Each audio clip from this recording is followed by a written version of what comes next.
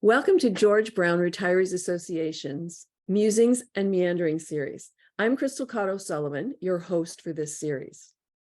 We are retirees of the college system. Some of us have worked in several colleges, and some of us have spent our college career here at George Brown.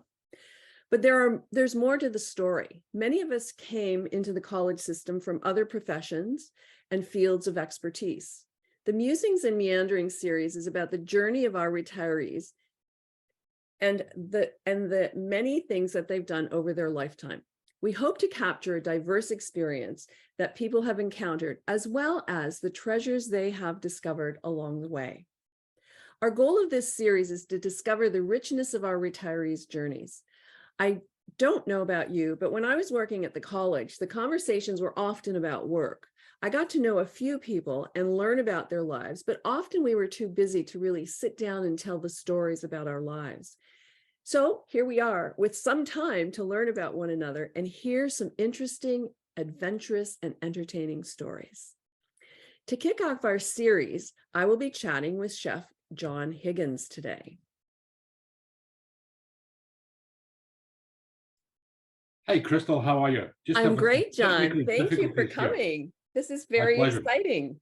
Before we begin, let me tell you a bit about John's career at GBC and before, and then we'll explore more about his journey. Now, John, you have given me two bios, and I'm just going to read the one that's a wee bit more. So let me tell our listeners, our watchers about you. So Chef John Higgins has cooked for the Queen at Buckingham Palace, on the Royal Yacht Britannia, for heads of state in Washington, and for celebrities around the world. At the beginning of his culinary career, he apprenticed at the Michelin star restaurant in Glasgow, Malmaison, and then worked at the world-famous five-star luxury hotel in Scotland, Gleneagles. Upon immigrating to North America, John worked for the Four Seasons Hotel in Canada and the United States, and his final stint in the hotel industry was at the King Edward Hotel in Toronto, just down from George Brown College. While at George Brown College Chef School in Toronto, John was the director of one of North America's best cooking schools, George Brown College Chef School in Toronto. From the time of his arrival in 2002 to his retirement in 2022, John steered the school through a massive expansion due to an explosive demand in enrollment. With his Scottish brogue, keen wit, and passion for teaching, John has led the way for the next generation of talented chefs. He has traveled the world from India to Italy and Sao Paulo, promoting Canadian cuisine. John has made several television appearances, including Food Network's At the Table With. He was also a guest judge on the first season of Top Chef Canada and one of the judges on Food Network's Chopped Canada. He has a long list of accolades and was recently awarded the Glenfiddich Award for Chef of the Year by Trillium Chefs Canada and the Golden Award for Educator by the Ontario Hostelry Institute. He was selected to be the president of Bocuse d'Or Team Canada for the Bocuse d'Or 2019 competition in Lyon, France. And in 2018, he received the Lifetime Achievement Award from Food Service and Hospitality at the annual Pinnacle Awards. In this era of celebrity chefs, he would always remind his students that being a chef is hard work that requires passion and dedication. Again, welcome, John. Thank you, Crystal. So let's begin with your career as a chef. When did you become interested in food preparation, just food in general? Food in general, a long time ago when I was, as I say, when I was young and beautiful. I was interested in food early on. My grandmother was a great cook. And I always remember going to my granny's house, as we call my granny, Toner. And you go in and there was a stove right as soon as you come up the stairs. And I was just always in awe that the stuff that she would make. And I was in awe with it. This pan I thought was the most incredible pan. And it just really, it sort of got me into interest in cooking. And then my mother was not a very good cook. So I had the best of both worlds. I got to understand that there's good food and there's mediocre food. And Right. God bless my mother. I used to joke with her all the time. But that was me. Then since I was about 10 years of age, I went to a big hotel called Glen Eagles Hotel, and my uncle was playing golf, and I used to caddy for him. And I seen this hotel, Crystal, and I thought, wow, this was a whole new world that was just opened up to me. I'd never seen anything like this in my life before. Like, it was a 5-star hotel, it was 700 acres, championship golf courses. And I'm like, wow. And I knew I wanted to be a chef. I thought about being a chef. And that day I said to myself, that was my ambition in life. I want to be a chef there one day. Wow. And that's what happened. And, you know, like every youngster, you know, you want to go to get education. So I went to Motherwell College, which is just outside of Glasgow. Excuse me. And I attended there and done my, you know, basically culinary management diploma. And I got you know, it's the power of education. I think some people don't understand how much you can influence people. We truly are working in education, whatever you're a support staff or a faculty member, it doesn't make any difference. You've got the power to influence. And there was a teacher, Mr. Hogan, Jimmy Hogan. He'd retired, actually. He was a retiree. And I think he was about 72. And he was still, as you know, he was like a 21-year-old. And he had this great motivational skills. And I remember one Tuesday afternoon, he sat and talked to us. We're doing food theory. And he told us the way he worked. And he worked at the Central Hotel in Glasgow. He worked at Balmoral, he worked at Glen Eagles Hotel. He worked at Buckingham Palace. He worked at the Royal Yacht Britannia. He'd worked in America. He worked in Jamaica and all these things. And he went teaching eventually. And I thought to myself, that's what I'm doing. And that was it. That was my thing. And my goal in life was to be, it was to get to Glen Eagles. But needless to say, Mr. Hogan, he inspired me.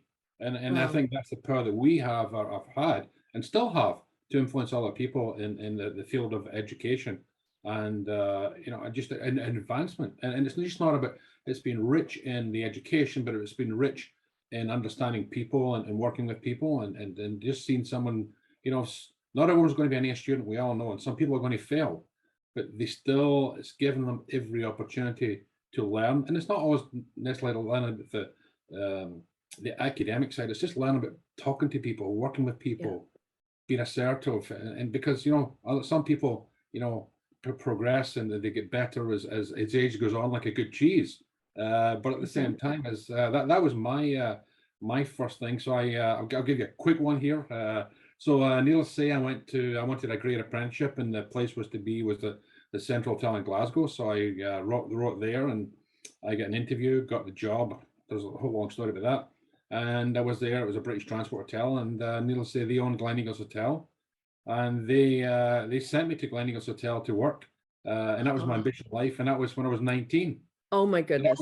That was the two things that Mr. Hogan had done, and needless to say, I'm a great believer, and I inform the students and anyone in life. The only person that's stopping you from doing something is yourself. That's right. So I must have wrote to Buckingham Palace 10, 12, 20 times. And it was always, don't call us, we'll call you. But needless to say, there was one day my mother phoned me and she says, John, there's a letter here from Buckingham Palace for you again. So I went home and I opened it, and it was the possibility to go to London if I would pay my own fare. I mean, I thought typically cheap, a lot of money and pay my own fare. But I went to London, got the interview with the chef, Peter Page, at the time.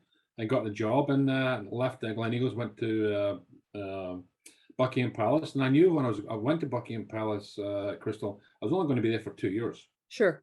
And you know, people say you're going to be there for life. You know, the Queen, the royal family. And well, you know, I had other things I wanted to do. I wanted to follow this journey that Mr. Hogan had. Sure. So needless to say, when I was at Glen Eagles, a chef had been at Glen Eagles Hotel called Edward Merard, had come to Canada to open up the Four Seasons Hotel in Montreal for the Olympics. So Four Seasons had already offered me a job to come to Canada to immigrate. So done my 2 years in London, came to Toronto, and had the pleasure of working for Four Seasons here at the old Inn in the Park. It's gone now. I pass it most days when I go and play golf in the good weather. And worked at the Inn in the Park for a year, and told everyone the first year I was going to be there was I was going to go to work in Yorkville Four Seasons, because it was just, you know, the restaurant was better. Well, the restaurant at the inn was great, a great restaurant called Café de la Berge. And then I went to Yorkville. I was there, and then there was a chef who was the toughest person I've ever worked with in my life. He was a chef at Four Seasons in Washington, D.C., and even Isidore Sharp, who owned Four Seasons at the time. His sons all went there to learn about food service and hospitality. So I get transferred by luck. I don't know why, but I get transferred to Washington Four Seasons, and I was there for 2.5 years. And what I learned in 2.5 years, that's the only reason I was doing what I was doing, because I had a manager, a boss who was thoughtful. He put me through the pain barrier so many times. But I kept on learning and progressing, and then eventually I come back to Toronto and worked at the Sutton Place for 2 years. Done a major renovation there, and then my ambition in life was to be executive chef at the time I was 30.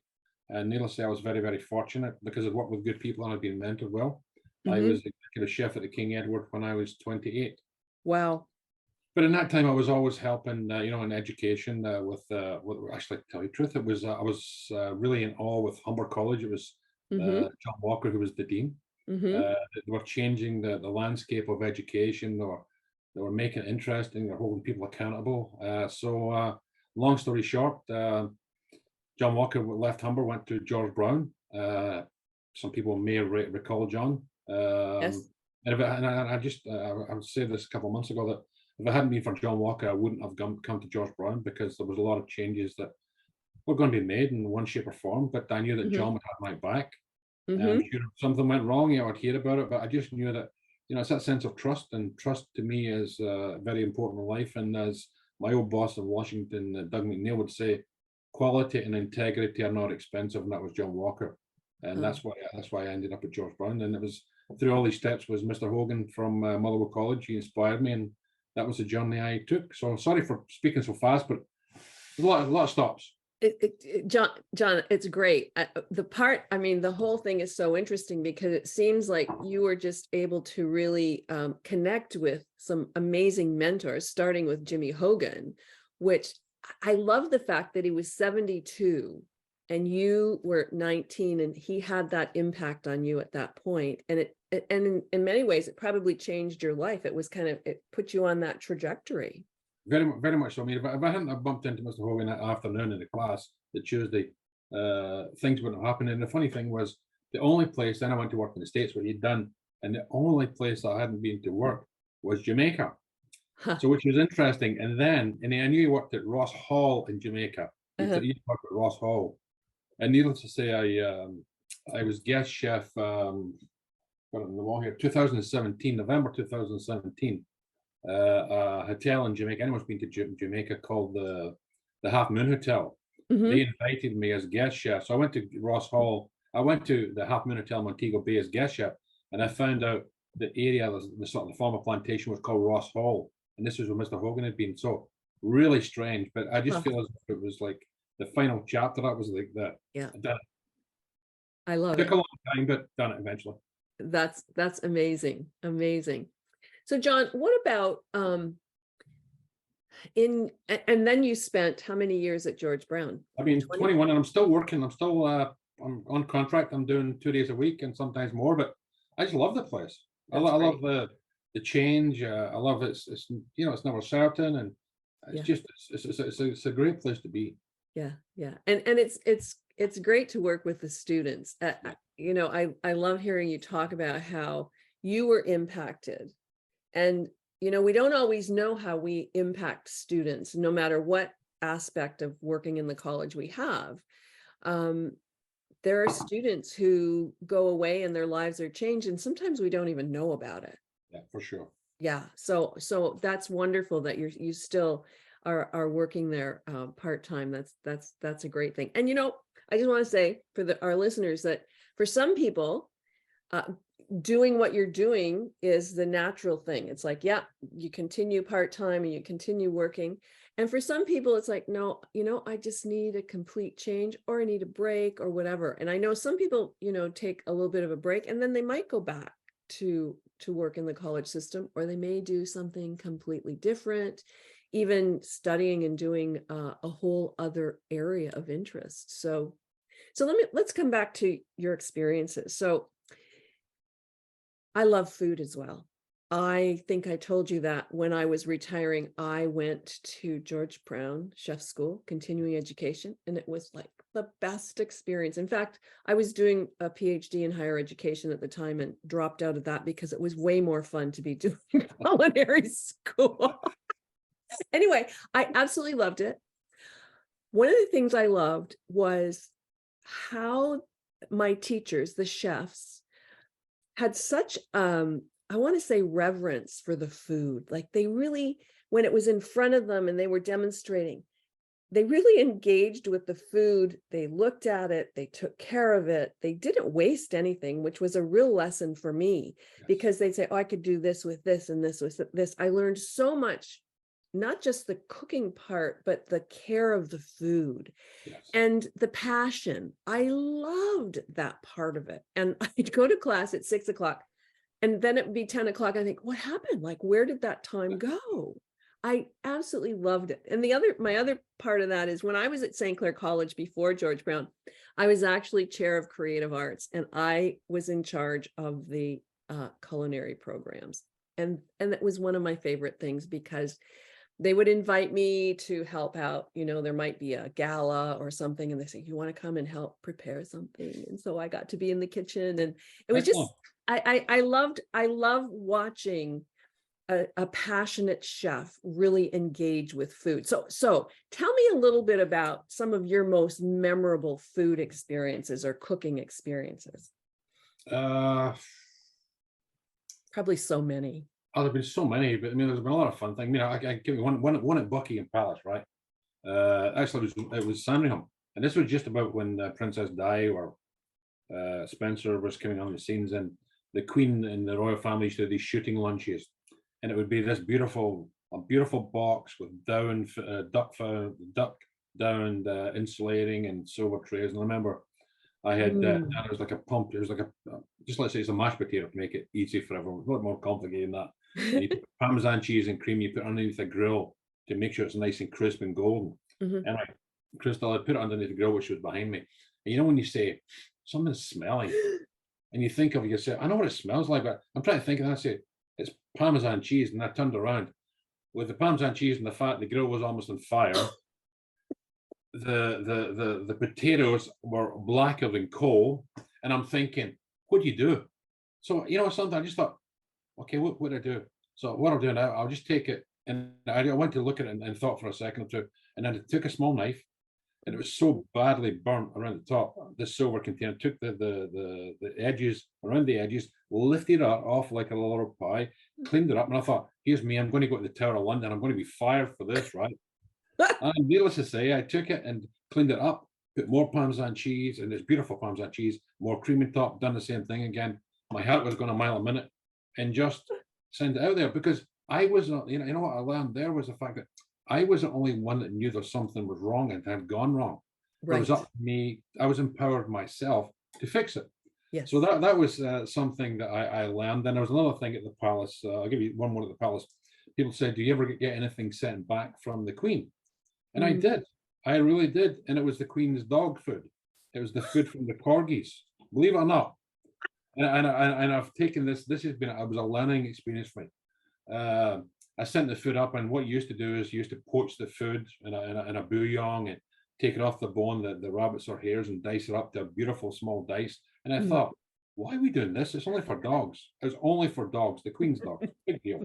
So I put the meat through a meat grinder type thing, and it was just like cooked minced beef type thing, and what was hares and rabbits. And then used to serve boiled rice with it, etc. And there was dog biscuits that were up at the footman had them. So anyway, needless to say, it came back from the Queen. The Queen was not amused type thing, and Paul, who was the footman, and she says she doesn't like this. It has to be done this way. It's always been done that way, etc. So it was as much as food, and that appreciation you say with the faculty member that are teaching the food. It is food is only food, but it's a presentation. That's right. The care, the attention of cooking. And whether you're cooking, and this is what I learned, I was like 20 years of age at the time. Whether you're cooking for something that's fancy, you're making a hamburger, you're cooking macaroni and cheese, it's exactly the same process. And I cooked, I had two dogs, I lost one at the beginning of the year, Hamish. But I cook with as much passion for the Queen, or for you, if you came to my house, as I could do for my dogs, and it's the same process. Yeah. It's taking the care and attention that someone has grown this. It costs you money. I want to make sure. I'm definitely got a Scottish background, as you can tell by the accent. deep pockets and short hands. I don't want to waste any money. I like to use it whether I'm playing golf or traveling. But I just get so much care and attention to get every single thing that I think is so important. And that's what I emphasize to the students all the time. A monkey can cook foie gras and truffles. You put it in a pan, you sear it off, you put all the sauce, is fine. Making a hamburger, the toughest thing. You think of it, is the meat good? The quality of the meat. Did you season it? Is it in the pan or is it in the grill too long? Did you season it again? Is the bun a nice bun? Is it tasteless? Is the leather got water in it? Is the tomatoes out of season? There's a million. Are the French fries? A million things can go wrong with French fries. Or sometimes with fine food, it's just one or two steps. I mean, sometimes chefs play with food, but something at the same time, it's just having a passion. And I think that to me is what I learned. And I learned also when I was working in Washington, D.C., the Four Seasons with Chef Doug McNeil, was keeping it simple. Don't be complicated. Because as a young chef, sometimes you make things so complicated because you want to be different. Do it and do it well. And then what I learned there was that buy good quality produce and you don't have to do as much work. Right. You concentrate. And it's a funny thing is that, sometimes people make an asparagus soup. It tastes of everything but asparagus. They've got too much cream, they've got too much, put asparagus in it. So what I learned in Washington was that, cook with the fundamentals, buy good stuff, cook it well, and don't kill it. As I say to my wife, sometimes she jokes, she's out taking the dog for a walk, so I can say something, and she says, how long did I've only done this for a lot of years, like good few years. How long did I cook this fish for? I says, the fish is dead, so don't kill it. It's okay just now, And the turkey, people say, how long did I cook a turkey for? Don't worry, don't kill it, it's dead already, right? You're okay. But it's just some confidence, right? But That's I think right. I've learned a lot, and I've learned a lot being at the school with students, thinking from a different perspective. Is that I've got all that knowledge of cooking for so many years, and worked in different countries, worked with different people from different nationalities, from different languages. So I've a great appreciation of trying to take something and strip it back, as Lorraine Trotter, our dean, used to say. It's like peeling the onion. There's lots and lots of layers. And that's what it's like. You have to think of take everything down to the most simplest layer, so then you can instruct and be able to give someone the confidence to do something. Don't make it complicated. Keep it simple. So I think that's a big thing I learned at the school, is that a recipe, but you have to give it to someone who possibly doesn't. English is not the first language. That's right. That too. And that's one of the things that for myself, Crystal, is the fact that I've been very privileged in a lot of ways to travel to India, for instance, to do a lot of events and dinners and represent Canada. But I always think of that student that he or she comes from. We have a partnership in Chandigarh, Shikara University. I always remember the first time I came back, and what did I learn? I thought to myself, it's nice to go back to Canada. I wouldn't forward to go home. But I also thought of that student and that has just left their family, middle of nowhere, possibly a farmer, who's traveled to Delhi, maybe the first time they've ever been into Delhi, the first time they've ever been in a plane.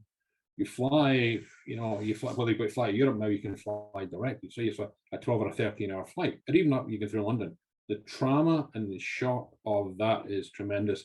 And then you get to Toronto, and everything's all different. It's like my parents, and I used to look at my parents and sort of say, they used to come to Canada, just like the movies. Well, I mean, for these students, I've never been away from home. It's just like the movies to them. Plus, it could be cold. It could be the summer. It could be the winter. And then it's the language, it's the TTC and all that. So I have learned so much of the appreciation that we are fortunate to have international students, or wherever they come from. But we're also the same trauma. I wouldn't say trauma, but the change is from a student from Windsor, from a student from Bay, a student from Etobicoke coming to live in downtown Toronto. So I think I've really, really appreciated, and I try to put myself in the shoes of each and every student that comes through the doors that we are privileged to have at GBC, and think about, everyone has a story. Everyone's not going to be an A student, but I think that's one of the things I've learned over the years at GBC, and especially being able to travel. And I think it's great that when faculty from each and every one of the divisions can travel to a country, whether they're going to go to India, to China, or to Peru, or to wherever it's going to be, even the East Coast, I think it gives you a better understanding of how they feel and how they react, and how they how you can let them embrace your culture, and understand what you're going to do. And plus, it's, you know, learning is, as I coined a phrase a good few years ago, learning is the main ingredient, and those ingredients are very varied from different parts of the world to be put into a sort of melting pot to get the perfect result. And sometimes you have to try it 3 or 4 times, like a recipe. Doesn't Yeah. work the first time, the second time, the third time. And I think you need flexibility. So that's what I've learned at George Brown, and it's made me a richer person. Sorry if I was Absolutely. long-winded, but I got a lot of passion with this sort of stuff.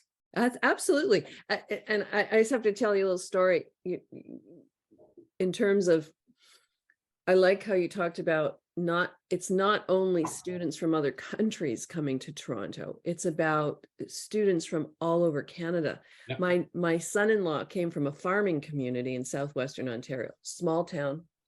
So when he was going to university, 25 years ago, he checked out Toronto. He was totally overwhelmed Yeah. by the size, by the people, by the rush. He came to Windsor and he thought, okay, I think I could go to Windsor, 230,000 people compared to Toronto. So for him, it really was, a culture shock for him to go to Toronto. And he is from Ontario. So yes, the students coming from India or China or all of the places that students have come from to George Brown, imagine. I mean, I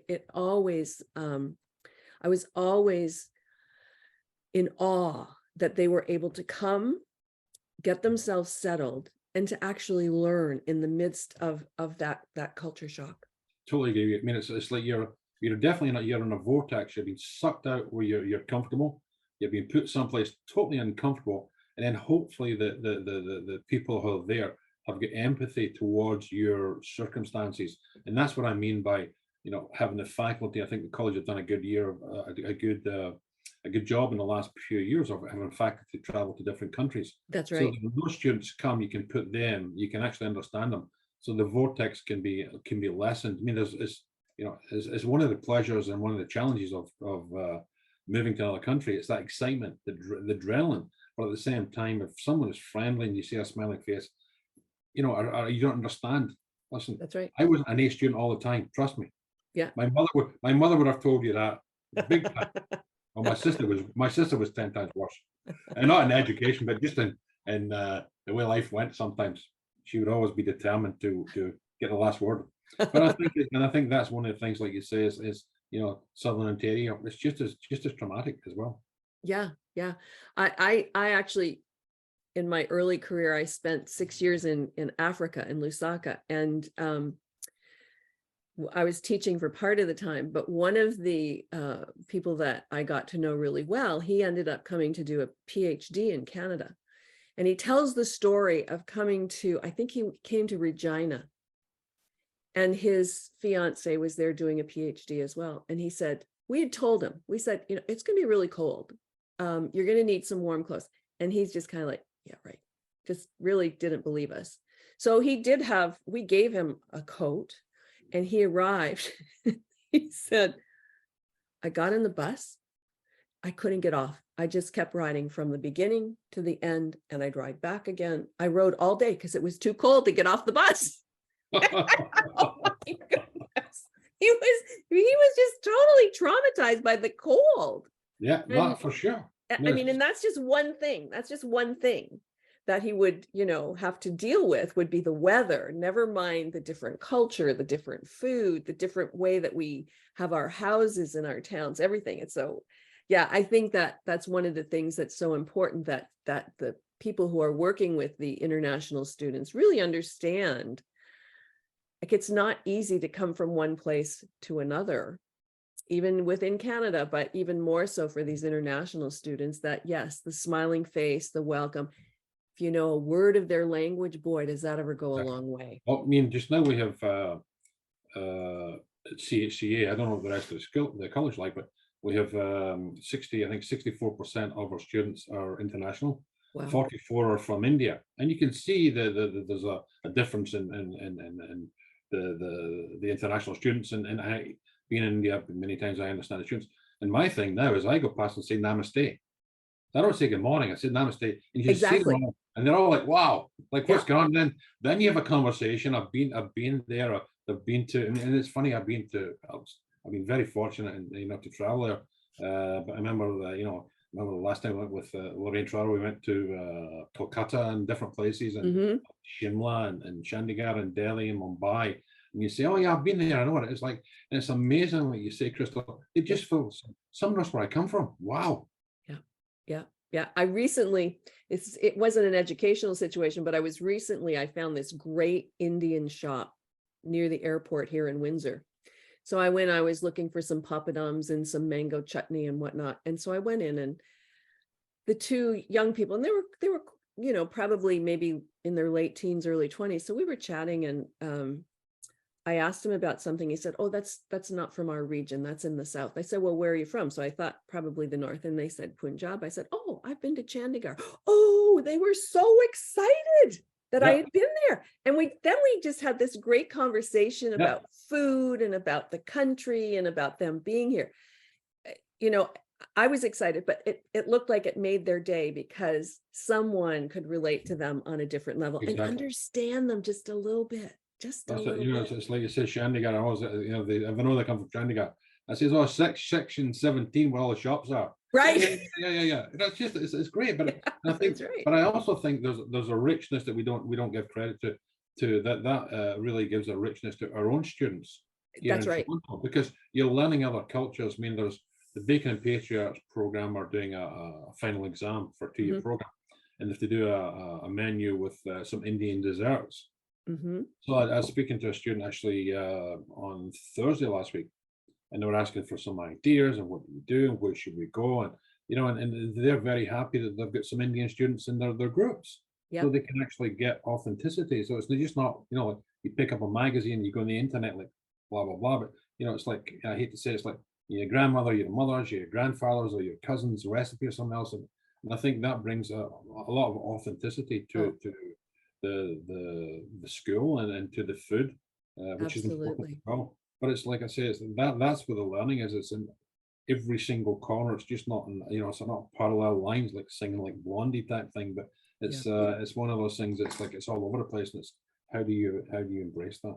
Hmm. So on a completely different note, John, um, I'm wondering what you think about how the pandemic has influenced our dining habits. Wow, that's a question, and I still think about an awful lot. I Mm. know my expectations have changed. Hmm. My patterns have definitely changed, Crystal. Hmm. In the general public, I mean, I see. I mean, I live Midtown. I live at basically Yonge and Eglinton. I'm just over in that area, Hmm. but I see so many more people with the Uber Eats, or people with bicycles, the electric bicycles. I see them with the mopeds, and I'm thinking, as first of all, as people are saying, people are crying, there's no money. Then I'm thinking to myself, this stuff is not expensive. But even if you go to the George, Hmm. residence, the amount of Hmm. stuff that I've been down at the George there a good few times, and there's a lot of Uber Eats in the morning getting delivery from Tim Hortons, and the Tim Hortons is only 100 yards away. Oh my goodness. And I'm thinking to myself, is like, wow, this is really interesting that people would go, whereas you would go and you would get up and you'd walk and you would eat and you would come back, what it's going to be. But I think it's definitely changed. But I think the expectations of people have changed. Yeah. The service has changed. Uh, Mm. the challenge we have in a lot of industries, not just food and beverage, but is those people have decided to make a move. They've moved from that comfort zone to sort of say, well, I've got nothing to lose. I've got everything to gain, because I'm a Mm. great believer in life that you get one kick at the can, and we're here for a short time, not a long time. And Yep. that's what I say, it's like that professional thing, like you were saying, you could have done that the bachelor's or the degree, but you decide to take the cooking class. And I think people are like that now. So the thought process is very different, and people's values have changed Mm. because of what happened. There's a lot of trauma, and I think the thing is, if you think about it, nothing was certain. I mean, everything was up in Right. the air. Right. But whereas now we've come to a sort of sort of ground zero. And it was funny, I mentioned to a new dean, Rudy Friedbacher, wonderful guy, and we were at a meeting last week, and someone says, "Oh, that person's got COVID," and it was just the person got COVID, and we kept on going. And that had been a year before, Crystal. Everyone would be, wow, there's like the Yes. plague or like, like leprosy. And Yeah. it's funny how things have just evolved and changed, and even in our sector. But definitely with food, your original question, there's a lot more less formalities. It's a lot more Yes. casual. Mm. And I wouldn't say people don't want to get together. I mean, look at the Skydome, look at the ACC. No, Yes. it's called the Scotiabank Arena, and people want to watch those Maple Leafs. I joke, my brother-in-law, he works for Maple Leafs, he's a commentator, and I'm always joking about how many crazy people. You want to see crazy people in Toronto? They're all cheering for the Leafs, right? That's all another story. But you look at people who feel comfortable, who feel safe to go to the arenas, but at the same time, there's that food has changed. The food at the college has changed as well. You know what we do at the chef's house. I mean, thank goodness we were very fortunate to keep the chef's house open during the pandemic. I had an opportunity, Mm. like a 2-week window or 3-week window to change it around. And the dean, she sort of went and went to bat for us to get it opened, which was great. We got it done, and we opened up. Mhm. And you've seen a different scenario. People are looking for different things. I mean, we do takeout menus, like we do supper boxes. And Ah. before we never done it. So now is a new thing to do. So we started actually off 3 years ago, last week. We did a Robbie Burns thing, needless to say, in Scottish, but Mhm. you're doing events, and it was always a Scottish dinner type thing. You Yep. had bagpipers and haggis and all that stuff as well. Bring tears to a glass eye. But we decided to take it in a box, and we thought we'd maybe sell 20 of them. $100 a person for two, so $50 a person. Yep. We sold 80 boxes. Huh. So the 80 boxes, so when you think about $100 a person plus, that's $8,000 worth of revenue. Yep. And $8,000 worth of revenue that we would never have had. So there's been a lot of change, but it's is you have to adopt the business, and if that's the business model. So I know that this year in CHC, the on banks and the team at the Chef's House are going to continue this, because we know that even if you do 40, that's $4,000 in a quiet period. That's And right. it's not just about the money. I mean, people always get on my case. Oh, it's revenue. Yes, revenue. But every single time through the Centre of Hospitality and Culinary Arts that we have an opportunity to sell something, I get excited, because very simply, that's a student being able to perfect the craft that we're teaching. That's And right. it's real-time learning. That's right. And that's why I'm a big fan of the will at the college. I think workplace integrated learning is so important. Yeah. Yeah. And every time someone comes to the chef's house, or they go to the cafe, or they go to the chef on the run, or they do a private event, that gives each and every student, and not just the culinary students, but the students front of the house, the opportunity to perfect that skill and get those skills, so that when they walk out, leave GBC, they go to work in an establishment, and they've got the skills, the basic skills to get the job done. Mm-hmm. And they can speak with confidence. And I think that's one of the things, that it's just not all about the revenue. I mean, and the reason I say that, a good few years ago, someone sort of gave me a dirty look, and I was sort of, we need to push more wine here. We don't do enough wine sales, and the whole thing. And it wasn't because of the dollars and cents. Yeah, I mean, budgets are okay, and we've got budgets to make. And you have to be, Sure. financially responsible for your operations. But I was more concerned that the guests were coming into the chef's house, and sometimes, especially in the lunchtime, is difficult. But then in the evening, they weren't having a bottle of wine, and people, I get this dirty look, like, "Oh, that's all you care about sales." No, it's like, how many times does a student open a bottle of wine before he or she goes to industry? And Right. do they know the feelings of the pressure that it is to open a bottle of wine? So Mm. that's the beauty of the learning, and I think that's what I've seen in the last couple of years. But I think that's the big thing is, like, it's, yeah, we have to make money, and which is fine. I got no problem, and that's a business as well. Mm-hmm. At the same time, it's every time we do a sale, or I look at how we can do a sale. So it's how do we look at the business model has changed, so it's, which is good as well. But I think that the whole the COVID, everything's up in the air, and I think everything's fair game. And I Yeah. think we've lost a lot of things that I like, but something, as my old boss used to say, John, change the person or change the person. And that's what Mm-hmm. it's about. So I'm okay. I mean, if Mm-hmm. you think of it, even COVID for GBC, anyone who's not culinary, so sorry for talking about food all the time, but in GBC, if we had to introduce Teams, Microsoft Teams, that would have taken 10 years. Yep. There'd been a team, they would do a survey, they would do everyone would have to, the 2 cents would be a town hall about it, the whole thing. Anyway, Yep. Microsoft Teams, 1 week, done. Everyone was on Teams, done. And I think it's a great way to communicate. Yep. I think there's a lot of, if you start, you know, as LT would say, you peel back the onion skin and you look behind the curtain, there's a lot of good things that happen as well. I mean, the sad thing is people get sick, which is, I mean, it's you know, it's just sad in this today's world, but you know, sometimes you it's just the way it happens, and it's very sad. Yeah, that's right. That's right. Well, and it's I asked the question because a couple of weeks ago in the Globe there was an article about Noma. It's a restaurant in Norway. Yeah. You know it, I'm sure. It's like it's classified as one of the best restaurants in the world. And the article was about them closing at the end of 2024 because dining patterns have shifted, that people aren't as interested in fine dining. It's becoming much more casual, which, and obviously you've adjusted to that. I mean, to make box dinners, brilliant. You know, what a great idea. And people have adjusted to those types of things where they have a gala and the food is delivered and they're at home with their glass of wine in front of a Zoom meeting like this. So much has changed. But I think it really the crux of it is, how do you shift with that and still retain the passion and the love of what you're doing? It's really always staying in touch with that. And I think, I mean, it's like with at Noma, Rennie Rosepi, who's the chef and the mastermind behind Noma.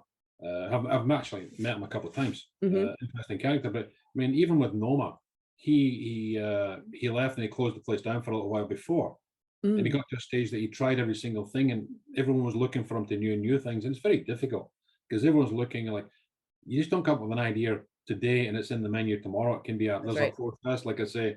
You know, it's no different than giving a student a recipe for making biscuits. To perfect that recipe, take 4 or 5 times. Yeah. But I think places like Noma, they have to be there. I mean, the days that, I mean, I've done tasting menus, 15 courses, which even 10 years ago or 5 years ago used to blow the socks at me. Yeah. Because it was all about the chef, and then the waiters would come as if I am so privileged to sit down and eat the chef's food. I don't really care about the chef. I want good food. I'm coming, and then the thing that infuriates me is it drives me nuts. People like to think I'm a snob or something, but it's okay. I'm not. But the waiter comes and says, how does the food taste? Does everything taste good or something else? And I go back and I've got this thing comes off me and I don't mean to do it. I say, yeah, well, I came here for a reason. The chef can cook, no? But honestly, it drives me. That's one thing that drives me nuts. Is the food, is everything okay? Is it seasoned well? Well, that's why I come, because the chef, you know, you've got a good chef. And it's like, and then you get this looking as if to say, oh, he's a pain in the butt, right? Which is not the case, but you know, I'm going there for a reason. I bought the package because I believe it's a good place. I'm going to go to Noma, and then the same thing. We're very fortunate at the school. We have a partnership with a culinary school in Italy called Alma, and I'll be fast with this one. But you know, there was a chef called Massimo Bottura, #1 chef in the world. I went to Italy, got him to come to GBC, and he was here for a week. And then he invited myself and another faculty member, and we went to the World Expo in Milan, and we cooked at a refettorio, which was like almost like a soup kitchen, but somewhere where people felt comfortable, and it was the best of the best. And even Ann Sado came and she served. She met us in Italy because she was in Europe, and she came and she was doing dishes. Ann Sado doing dishes, serving tables with Lorraine Trotter, Jose Valquez, and Anne's husband Ed. I mean, that's what it's all about. But his thing was that, and Massimo Bottura has changed his business model all the time. Yeah, he's got a 3-star Michelin restaurant, but he's doing a lot of other things through that. And the same with, you know, we get some wonderful chefs in Toronto. I mean, there's Alida Solomon, I mean, at Tutamati. I mean, she's changed the model all the time. So I think there's an evolution, but it definitely has been, the playbook has been thrown out the window. And it's open season, but I mean, we have these things called ghost kitchens as well now. So there's a magnitude of different things, but I think that the challenge is that, you know, from an educational and a GBC perspective, and I'm sure this is the same in a lot of divisions, is we have to be fast enough to respond to the changes in education, because if not, we're going to get left behind. That's and right. as much as I love GBC, Centennial, Humber College, Seneca, everyone else is going to be way ahead of the cart, and we'll be at the end. So I think as much as change is good, as change is bad, but change is also good. But the same thing is we have to be able to, accept change and move on, because if not, you're going to get left behind. So I think that's one of the little lessons learned through the COVID, that things are changing, and if you don't, you're going to get left behind. That's right. That's right. And no matter what field, we've had to pivot in so many ways in terms of how we do things. Even as retirees, learning to do something like this, learning to go on Zoom, how to stay in touch with people. There's so much that we've had to do. So, John, what's a ghost kitchen? Oh, it's a ghost kitchen. What it is it'll be 3 different restaurants, like 3 brands. It could be I'm going to say it could be a Kentucky Fried Chicken. Yeah. It could be a Burger King. It could be something else, and they're all made in the one kitchen. But what it is, it's a home delivery. Oh, So they'll build a kitchen. So and it's a whole new avenue. So if anyone Googles ghost kitchens, there's a young lady I met 3 or 4 months ago, who's from Bahrain and worked for Fairmont Hotels, and she's heading a lot of these kitchens up across Canada. She does the quality controls. So it's one area that does a lot of different things. So it's diversifying. It's almost like the same thing to a certain degree. If you stop off at not a gas station, but you stop off at a drive-through, and they have a partnership between Wendy's and Tim Hortons. Right. Same area. Same people could own the franchise, but you're not just doing, in the old days, and say 5, 10, 15 years ago, it would be a donut shop, and it would only sell donuts in the morning or possible in the evening. Whereas you do some of these things, so they've been able to sell food all day, appeal to a wider audience. And if you go in and buy your Wendy's burger, you may want a donut, or you may want a coffee, or you may want a tea. It's just it's just the way the world is. People want the availability of choice, and that's it. It's no different than, as ridiculous as it sounds, going on Amazon. You can get anything you want.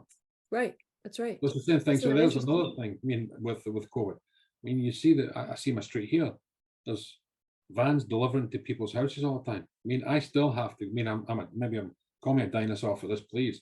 But if I want to go and buy this sweater, I want to go feel, touch it, and see it. I want a pair of shoes. I want to try them on. Right. But then some other things that I have bought through Amazon. It's I'm not that holy. I buy a few things now and again, but my tea. I used to say the only thing that was holy about me sometimes, and my mother used to say, was my tea bags for cups of tea. But it's just you adapt it, but you're not going to do everything. But I think like the ghost kitchens and these things that have changed, they're here to stay, and they'll progress as well. So it's again, like the 10-course menu, or that tasting menu, it's going to evolve, and new things will happen. Yeah. Well, it's interesting because as you say that, I think even here in Windsor, there's a breakfast restaurant that we really like. We go to the market, then we go to breakfast. But they had 2 restaurants. So they had an evening restaurant, dinner restaurant, and then they had breakfast and lunch, and they were about a block away. And what they've done is they put it together.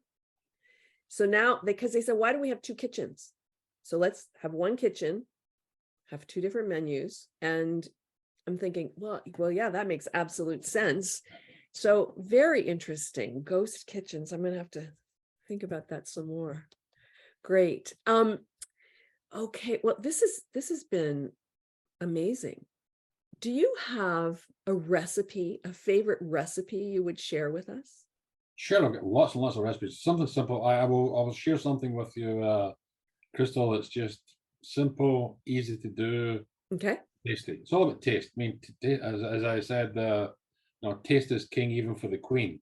But it's not about fancy food. It's it can be. For me, something like a revelation was my wife a long time ago made me like a corned beef hash. With the tin corned beef. I thought, wow, this is a poached egg. I was like, wow, this is awesome.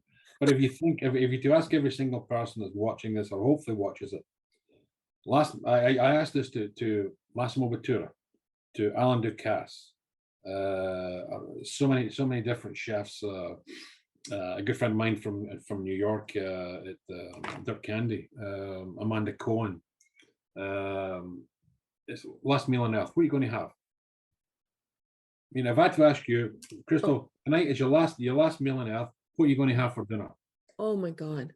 For sure, I would have, I'd probably have oysters, and I would have a thick steak with blue cheese on top of it, and a Caesar salad and creme brulee for dessert. That's it. It's simple, nothing complicated. It's true, eh? It's simple. But it's simple. I mean, it's like I say, and that's sometimes, like, the used to watch movies, and it was somebody. I mean, what it was a bit gruesome as well, I'll say, but the final dinner and the old sort of the gangster movies, and someone would be going to get the gas chamber or something next day or whatever it's going to be, injection, and they give them the last meal. It's always a big steak type thing. And I thought, I used to think this was terrible. I used to think, let's say they don't like steak. Why can't they just have bacon and eggs? Why can't they just have French toast or pancakes? It's your last meal on earth. So this provoked me to start thinking. I asked chefs, last meal on earth, and I asked this to students, what is it going to be? It's not going to be some fancy caviar or anything else. It's going to be something that you felt it's something you've enjoyed, or you've been very satisfied through the years. And mine would be fish and chips from the west coast of Scotland. And it's and the secret again is that even fish and chips, it's not easy to do. Perfect French fries. That's right. Where did the potatoes come from? Were they stored the right way? Were they fried in the right temperature? Were they crispy? Were they seasoned well? It's just a magnitude. I mean, it's French fries are a whole different. I mean, I could talk hours about French fries. I actually, once I went to I used to live at Yonge and Eglinton in the centre, and there was a New York fries. And I actually went to the garbage bins trying to find out where the New York fries, because they wouldn't tell you where the New York fries bags came from. Right. You could buy the potatoes came from, because they were always perfect. The potatoes, every time you got, they were always perfect. But I found a bag eventually, but it never told me where they came from. And then through GBC about 6 years ago, I found the company that grows a lot of potatoes that New York fries get, and I get the whole story. Sugar thermometer, they're taken out of the fridges, they're stored at certain temperatures. They have a sugar thermometer that tells you how much sugar is in the content. I mean, there's a whole science. So I love that sort of stuff about food. Well, I don't know if you've ever been to Five Guys. It's a hamburger place. Yeah. And they always have different potatoes. Yeah. Like they'll put up, okay, now we have these PEI different potatoes. I don't know all my potatoes. I mean, I grow them, but I don't know the types of them. But it's always interesting for me to see that they're using different potatoes every time I go. Not that I go often, but yeah.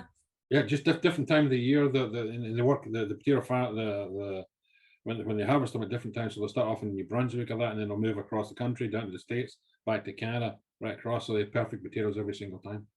Well, it's interesting. So I live in southwestern Ontario, and it's really kind of like the Niagara Peninsula. There's fruit, there's vegetables, like there's everything here. It's really a fruit basket and a vegetable basket as well. But I was driving out towards Point Pelee in the summer, and there were acres and acres and acres of potatoes. And I had no idea that we grew so many potatoes in the county. It's amazing. It's amazing. I was pretty excited about that. John, this has been delightful. Any last words for our retirees about your journey or about retiring, or words of encouragement? Something that's funny. I was like, when I left, I resigned my position to, I'm not 65 yet for sure, but I just wanted to do something different. But there was a gentleman in Scotland who really inspired me to do other things as well. There's a guy called Murdoch McGregor. He was 82 years of age, and decided when he was 72, he wanted to learn how to sail. And 2 years ago, single-handedly with a 15-foot yacht, sailed around the UK. And I was like, and something, I've been around the UK, I know how rough and choppy it was, and I was only out on a yacht this year, a small one, like the same thing. And I thought to myself, how did he ever do this? And I met him. I actually went to Scotland, and I set up a meeting to meet with them because I was so impressed. Wow. And he says that it's to get people out of their chair, because you get into a routine and you have to do things that are different. So that's right. That was my learning there, is to do that. And actually the caveat to the story the British Sailing Federation, whatever the sort of the big they give the big the Sailor of the Year. And last year it was the British team. The nominees were the British team who won the gold medal at the Olympics in Japan. Some major cross Atlantics and all this. And anyway, a little guy, 82 years, 83 would have been then, from from Alloa in Scotland, won the UK Sailor of the Year because of the feat that he'd done at 82. So last but not least, age is only a number. That's right. It's what's in here. Absolutely. That's the big thing. And I think is to challenge yourself. I mean, my uncle, he's 85, and he still plays golf all the time, and he cycles 20 miles, 20 kilometers. He's on his bike. Good So that's to me is like, to do things that you really enjoy, and if you can, you can't do, everyone doesn't have great health, but I think it's just to push yourself and get out there and do things and that's right, engage with people, and that's what I am so excited about being at the colleges now, is that engaging with the young people and the staff and the people. I mean, my assistant Arlene Galano, I wouldn't be doing what I was doing today if it wasn't for Arlene Galano. I mean, she was the best thing since sliced bread. And the funny thing is, I've got 2 Arlenes in my life. My wife is called Arlene as well, so I had to be careful sometimes. I would say Arlene at work, and I used to say, I'm going out with Arlene, we're going to get this weekend, we'll have a good time, go for drinks or something else, and people would look at you a little strange. And then I thought, holy smokes. Then I would say work Arlene or wife Arlene. But anyway, so I get 2 bosses. That's great. I love it. Thanks again for having me. Oh, John, it's been wonderful. Thank you so much for this conversation. And thank you to all our listeners for joining us on this adventure today as we launch Musings and Meanderings series for George Brown College Retirees Association. We'd love to hear from you to get your feedback, or if you're so inclined, we would love to have you join us on this platform for a conversation about your journey to retirement and after. Thank you for tuning in. Until next time.